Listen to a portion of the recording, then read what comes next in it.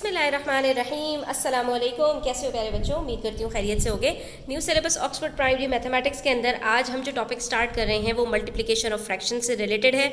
थोड़ा सा ट्रिकी है लेकिन कुछ हैक्स आपके साथ ऐसे शेयर करूंगी जिससे आपको ये पता लगाने में बड़ी आसानी हो जाएगी इंशाल्लाह कि अगर आपके पास कोई वर्ड प्रॉब्लम आ जाए तो आपको कैसे पता चलेगा कि वहाँ पर आपको फ्रैक्शंस को आपस में मल्टीप्लाई करना है।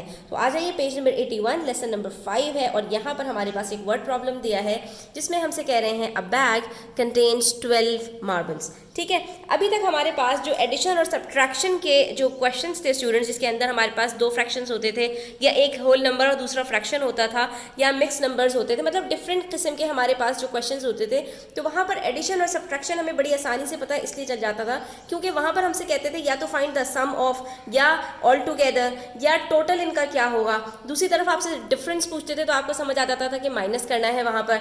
ठीक है, लेकिन एक चीज़ से दूसरी चीज़ डिक्रीज हो रही होती थी तब भी आप माइनस करते थे। मल्टीप्लिकेशन का कैसे पता चलेगा स्टूडेंट्स? तो याद रखो, जब भी आपको कोई टोटल क्वांटिटी दी जाएगी, क्या दिया जाएगा? कोई टोटल क्वांटिटी दी जाएगी और उसके साथ आपको उसका पार्ट भी दिया जाएगा तो वहां पर आपको मल्टीप्लाई करना होगा।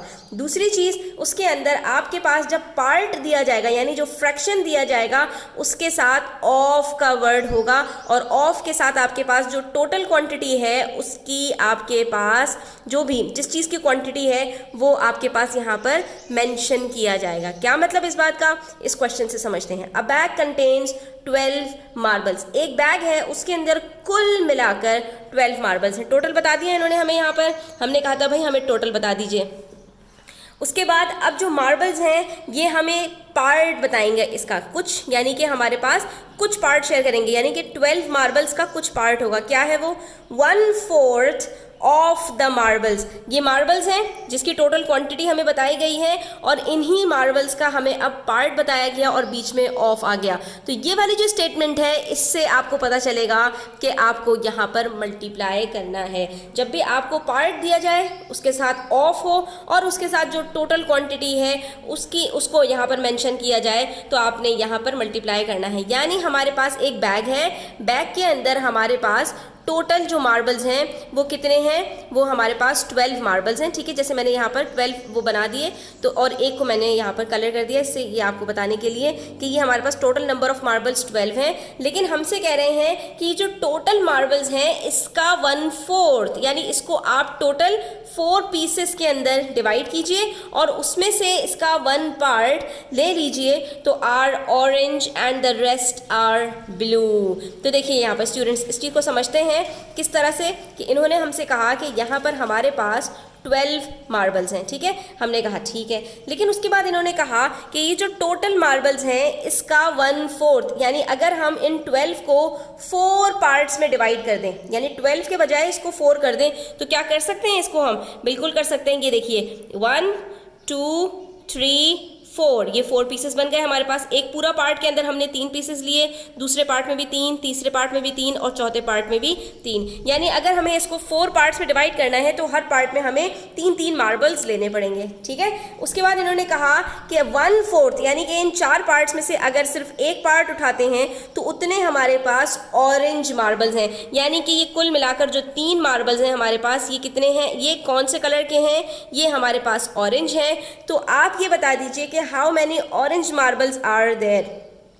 तो हमें ये बताना है कि ऑरेंज मार्बल्स हैं कितने और बाकी कितने हैं। बाकी सारे जो यहाँ पर हमारे पास ये हैं, बाकी जितने बच रहे हैं तो ये सब के सब हमारे पास क्या हैं?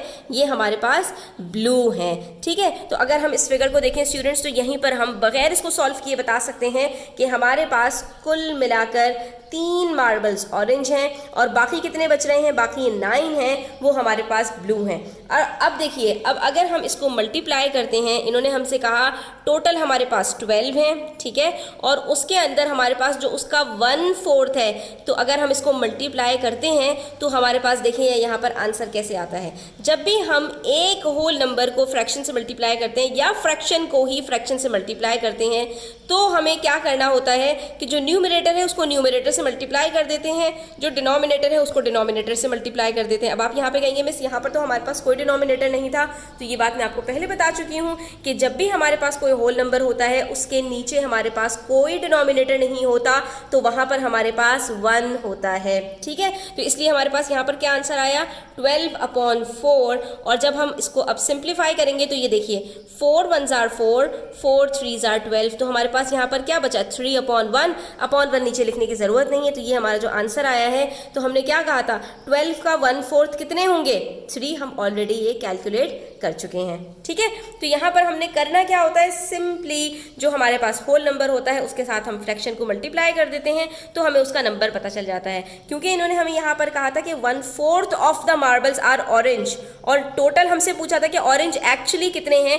तो अगर 1/4 हमारे पास ऑरेंज हैं तो 1/4 ऑफ 12 हमारे पास बन जाएगा 3 मार्बल्स। ठीक है, इसी तरह एक और क्वेश्चन देखते हैं स्टूडेंट्स। अब हमसे कह रहे हैं 3/5 ऑफ 20 कितना होगा। फिर से एक फ्रैक्शन है और दूसरी तरफ हमारे पास होल नंबर है। 20 के नीचे हमने लगाया 1। अब देखिए हम कैसे मजे से इसको मल्टीप्लाई करते हैं। 3/5 मल्टीप्लाई बाय 20/1। अब हम क्या करेंगे 3 2s are 6 और 0 लगाया तो ये बन गया 60, और नीचे 5 1s are 5 तो ये आ गया हमारे पास 60/5। अब 60 के टेबल 5 के टेबल में आता है 60 हमारे पास, तो हम इसको सिंप्लीफाई कर लेते हैं। 5 1s are 5, 5 12s are 60, तो आंसर आ जाएगा हमारे पास 12। ठीक है, तो इसका मतलब है कि अगर हमारे पास कोई भी चीज़ की क्वांटिटी 20 हो और हमें उसका 3/5 निकालना हो तो वो हमारे पास टोटल कितना बनेगा 12 बनेगा। अब ज़रा इसको पिक्चर में भी देख लेते हैं। ये हमारे पास 12 इन्होंने ट्रायंगल शेप्स ले ली। ठीक है, ट्रायंगल शेप्स हमारे पास कितनी हैं, ये 20 हैं पूरी, आप काउंट कर सकते हैं 4, और जो है हमारे पास इस तरह की 5 रोज हैं तो 4 5s are 20 के टोटल 20 हमारे पास यहाँ पर जो है वो ट्रायंगल्स हैं। हमने क्या किया, इसको टोटल कितने पीसेस में डिवाइड किया, इसको हमने 5 पीसेस में डिवाइड किया, यानी हमने इसके 5 के ग्रुप्स बना दिए। तो हमारे पास कितने ग्रुप्स बन गए, ये देखिए 1 ग्रुप 2 3 4 5। अब जब हमने इसके 5 के ग्रुप्स बनाए तो 20 क्योंकि 5 से कम्प्लीटली डिवाइड होता है इसलिए हमारे पास कोई रिमाइंडर नहीं बचा। और अब हमें यहाँ पर पता भी चल गया कि हर ग्रुप के अंदर हमारे पास टोटल कितने ट्राइंगल्स आ रहे हैं। तो हमने देख लिया कि हर ग्रुप में हमारे पास 4 ट्राइंगल्स हैं। लेकिन इन्होंने हमसे क्या मांगा, इनको कितना पार्ट चाहिए, इनको 3 जो है वो यूनिट्स चाहिए। तो हमने कहा अच्छा जी अगर एक यूनिट में 4 है तो 3 यूनिट्स में कितने होंगे, 4 3s are 12। तो ये देख लीजिए हमारे पास यहाँ पर ये आंसर आ गया। तो हम पिक्चर से भी इसको कैलकुलेट कर सकते हैं। तो इससे हमें पता चला कि 20 का अगर हम 1/5 निकालें स्टूडेंट्स तो वो कितना निकलेगा। ठीक है, 1/5 हमने निकाला था तो कितना निकला था, यहाँ पर हम इसको डिवाइड कर सकते हैं। अच्छा एक क्रॉस में भी आप डिवाइड कर सकते हैं स्टूडेंट्स। यहाँ पर अगर आप चाहते तो ये आपका जैसे 3 और 5 कट हो सकता है, इसी तरह से 20 और आपका 5 भी कट हो सकता है। ठीक है, जब आप मल्टीप्लाई कर रहे होते हैं तो क्रॉस में भी आपकी कटिंग हो सकती है, यानी आप इसको सिंप्लीफाई कर सकते हैं। सिर्फ एक न्यूमरेटर अपने डिनोमिनेटर से सिंप्लीफाई नहीं होता बल्कि दूसरा न्यूमरेटर भी पहले वाले डिनोमिनेटर से सिंप्लीफाई हो सकता है। तो ये देखिए अगर मैं इसको यहीं पर सिंप्लीफाई कर देती तो 5 1s are 5, 5 4s are 20, नीचे सिर्फ दोनों 1s बचे हैं, ऊपर क्या रह गया 3 4s are 12। तो यहाँ पर आपका तब भी आंसर 12 ही आता जो कि हमने इसको मल्टीप्लाई करके आंसर निकाला था। तो ये देख लीजिए अगर मुझे 20 का 1/5 निकालना है यानी कि 20 के मैं 5 पार्ट्स करूं और उसमें से सिर्फ एक पार्ट पूछूं कि एक पार्ट में कितने मेरे पास ट्राइंगल्स आएंगे। तो ये देखिए 5 1s are 5, 5 4s are 20। तो हमने यहाँ पर जो पिक्चर में देखा था वही हमारे पास आ गया कि 20 का 1/5 हमारे पास 4 ट्राइंगल्स बनेंगे। इसी तरह से अगर मैं कहूँ कि 20 का 2/5 कितना होगा तो अब देखिए 5 1s are 5, 5 4s are 20, उसके बाद बचा 4 और 2, तो 4 को 2 से मल्टीप्लाई करेंगे हमारे पास क्या आंसर आएगा 8, 4 2s are 8। तो आप देख सकते हैं कि 4 का अगर 5 पार्ट्स में से 2 पार्ट्स हम लें तो टोटल कितने ट्राइंगल्स बन रहे हैं 8। इसी तरह से अगर हम यहाँ पर 3 पार्ट्स लेते हैं तो हमने क्या कहा था कि हमारे पास 12 ट्राइंगल्स आएंगे। अगर 4/5 लेते हैं तो कितने ट्राइंगल्स बनेंगे तो हमारे पास 16 आएंगे। और अगर 5/5 लेते हैं यानी 20 का हम 5 पार्ट्स करें और पांचों के 5 पार्ट्स ले लें तब देखिए यहाँ पर क्या आता है हमारे पास। तो 5 1s are 5, 5 4s are 20 और 4 5s are 20 फिर से वापस आ जाएगा, यानी कि टोटल हमारे पास वापस आ जाएगा। ठीक है, इसी तरह से एक और हम वर्ड प्रॉब्लम देखते हैं जिसमें हमसे कह रहे हैं Kate had a 45 metre ribbon. Kate है एक बच्ची, ठीक है, उसके पास एक पूरा रिबन है जो कि जिसकी लेंथ है 45 metres. She gave away 3/10 of the ribbon. अब आपने ये वाली स्टेटमेंट के ऊपर गौर करना है स्टूडेंट। देखें यहाँ पर इन्होंने हमें टोटल बताया कि कितना उसकी लेंथ है, उसके बाद उसका पार्ट दिया और पार्ट के साथ रिबन को मेंशन करके बीच में ऑफ लगा दिया। तो इससे हमें पता चल गया कि भाई हमें यहाँ पर मल्टीप्लाई करना है, ठीक है। अब इन्होंने हमसे कहा कि उसने अपनी 45 मीटर की जो रिबन थी ना, उसको उसने 10 पार्ट्स में डिवाइड किया और उसका 3 पार्ट्स जो है उसने किसी को दे दिया।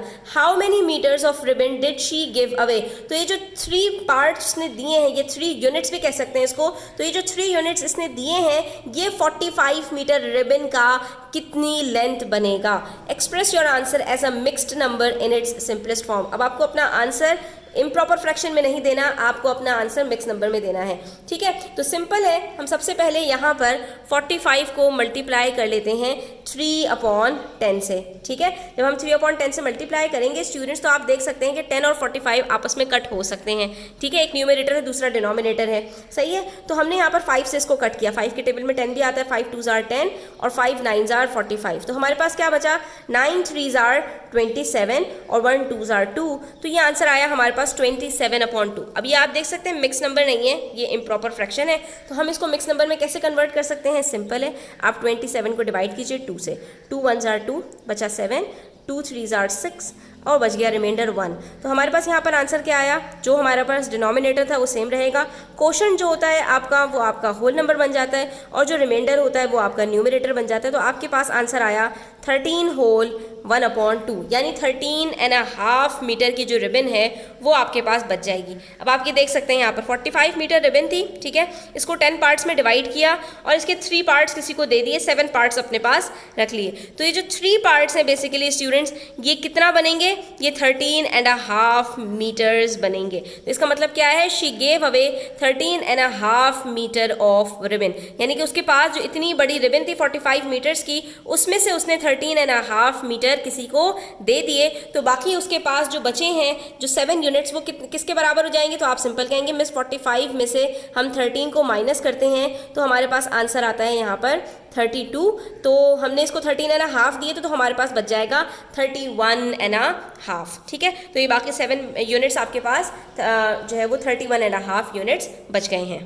इसी तरह देखिए पेज नंबर 83 के ऊपर question number 4, Mrs Salim spend 5/6 hour, 5/6 of a hour है ये, ठीक है। बेसिकली यानी कि 1 घंटे का उन्होंने इतना पार्ट स्पेंड किया एक सुपरमार्केट में। How do we express 5/6 hour in a minute. अब आपको इस तरह से भी दिया जाएगा। अब आपको यहाँ पर पता है कि 1 घंटे में हमारे पास 60 मिनट्स होते हैं, ठीक है।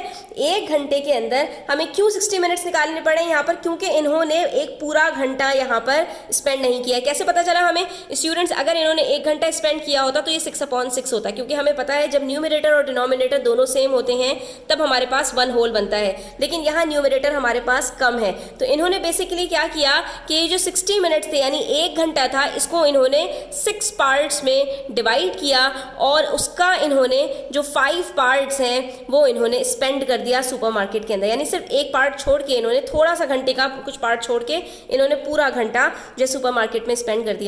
तो ये 5/6 ऑफ एन आवर कितना बनेगा। तो हम क्या करेंगे स्टूडेंट्स, आर की जगह पर हम 60 मिनट्स लगा देंगे, क्योंकि हम आर को अब मिनट्स के अंदर कन्वर्ट कर रहे हैं। तो 5/6 को हम मल्टीप्लाई कर देंगे 60 से।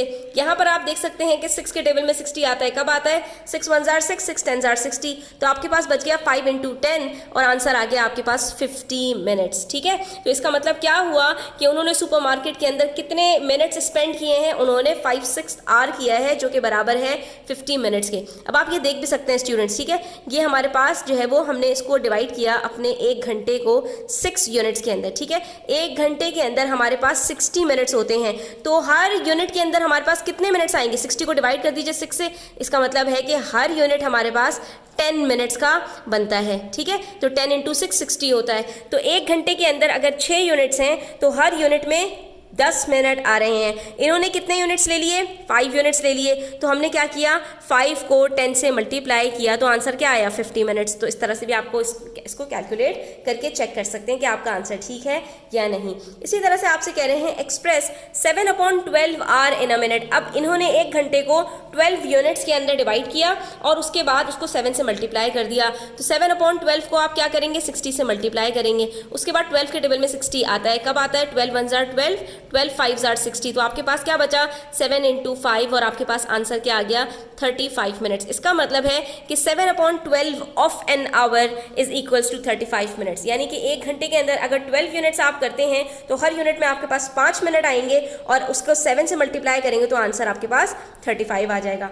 इसी तरह से आपसे कह रहे हैं कि ये आपको मुख्तलिफ क्वेश्चंस की वो बता रहे हैं कि आपके पास किस किस तरह के क्वेश्चंस आ सकते हैं मल्टीप्लिकेशन के। तो आपने find the value of 5/4 into 24, simple है। यहाँ पर भी आपने क्या करना है, 4 को आपने डिवाइड कर देना है 24 से, तो 4 1 जार 4, 4 6 जार 24, बचा 5 इंटू 6, तो 5 इंटू 6 आपके पास क्या आंसर आता है 30। तो ये आपके पास यहाँ पर क्या आंसर आ गया 30 आ जाएगा। तो पहला इन्होंने आपको मेथड बताया कि चाहे तो आप न्यूमरेटर को न्यूमरेटर से मल्टीप्लाई करके देख लीजिए। तो 5 को 24 से जब आप मल्टीप्लाई करते हैं तो आपके पास आंसर आता है 120, ठीक है। अब 120 को आप डिवाइड कर लीजिए 4 से, ठीक है। जब आप 120 को 4 से डिवाइड करेंगे तो आपके पास आंसर 30 आ जाएगा। और दूसरा तरीका क्या है कि आप पहले सिंप्लीफाई कर लीजिए जैसे कि हमने यहाँ पर किया, और उसके बाद जो आपके पास रिमाइंडर बच जाए आप उनको आपस में मल्टीप्लाई कर लीजिए, तब भी आपके पास आंसर सेम आएगा। यानी मेथड्स आपके पास कुछ भी हो सकते हैं लेकिन आंसर आपके पास सेम आएगा। तो यहाँ पर आज का लेसन हमारा एंड होता है। आई होप स्टूडेंट्स आपको क्लियर हुआ होगा। स्टिल कोई क्वेश्चंस हो, क्वेरीज हो, कमेंट सेक्शन में आप पूछ सकते हैं। Thanks for watching the video till the end. Please to subscribe to my channel. Take care. अल्लाह हाफिज।